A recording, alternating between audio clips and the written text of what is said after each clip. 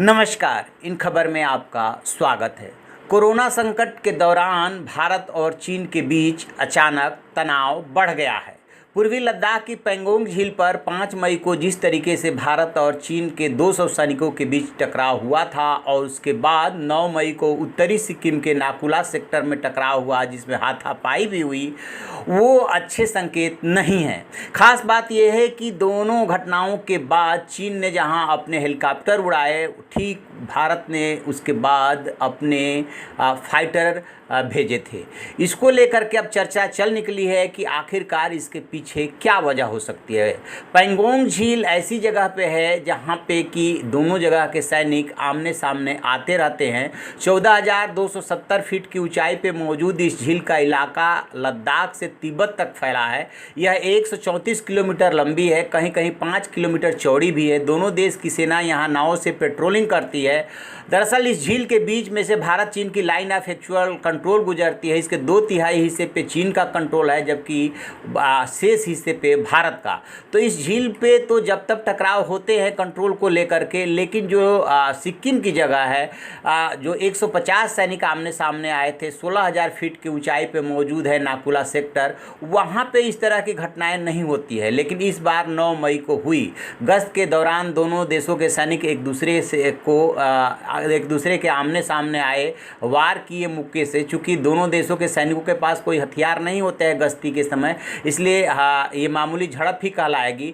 But इसके बाद जिस तरीके से चीन ने अपने हेलीकॉप्टर उड़ाए, सीमा पे एलएसी के पास भेजे और भारत ने भी अपने जो लड़ाकू विमान है वो भेजे, उससे लग रहा है कि दोनों देश के बीच तनाव बढ़ा है।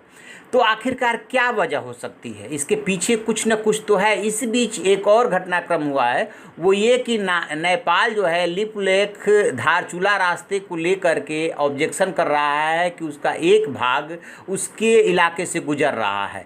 दरअसल झगड़े की जड़ यही है जिसकी भारत ने अभी लिपुलेख धारचूला रास्ते की शुरुआत की है कैलाश मानसरोवर यात्रा के लिए। और इसकी वजह से क्या हुआ कि काफ़ी दूरी घट गई है। 17,000 फीट की ऊंचाई पर है। इससे तीर्थ यात्रियों, स्थानीय लोगों और कारोबारियों को सहूलियत मिलने वाली है।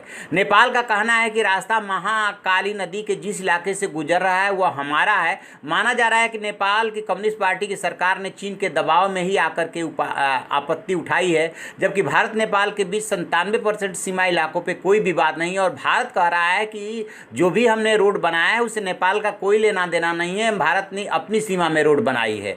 दूसरी वजह ये बताई जा रही है कि बॉर्डर रोड ऑर्गेनाइजेशन ने इस लॉकडाउन के दौरान अरुणाचल प्रदेश की सुबनसिरी नदी पर महज 27 दिन में डेपिरुजो पुल बनाकर तैयार कर लिया है। यह पुल भारत चीन सीमा पर लाइन ऑफ एक्चुअल कंट्रोल तक 40 टन वजनी गाड़ियों को पहुंचाने में सक्षम है। पुल की लंबाई 403 फीट है और इसका ज़्यादातर काम लॉकडाउन के दौरान हुआ। चीन को अरुणाचल में भारत की गतिविधियों पर लंबे समय से आपत्ति रही है। पिछले साल नवंबर में जब रक्षा मंत्री राजनाथ सिंह ने अरुणाचल का दौरा किया था, तब भी चीन ने आपत्ति जताई थी। तो जो असल में तनाव के पीछे के कारण बताया जा रहा है, बॉर्डर पे भारत भी अपने को मजबूत कर रहा है। पहले रोड बनाया, उसके बाद अरुणाचल में पुल बनाया। ये चीज़ें चीन की आंखों में खटक रही है, क्योंकि चीन नहीं चाहता है कि भारत बॉर्डर पे मजबूत बने, और उसी के दबाव में आकर के नेपाल जो है सीमा विवाद खड़ा करने की कोशिश कर रहा है, जिसको भारत मानने को तैयार नहीं है कि हमने नेपाल के हिस्से में कुछ किया है, बल्कि भारत का कहना है कि पूरी तरीके से हमने अपने हिस्से में किया है। तो नेपाल चीन के दबाव में आकर के ऑब्जेक्शन उठा रहा है और यही तनाव का कारण बताया जा रहा है। पूरे घटनाक्रम पे हम नज़र रखे हुए, जैसे कोई अपडेट मिलेगा आपको अपडेट कराएंगे। आप देखते रहिए हमारा डिजिटल चैनल इन खबर। Thank you. इन खबर चैनल को सब्सक्राइब करें और बेल आइकन दबाना ना भूलें।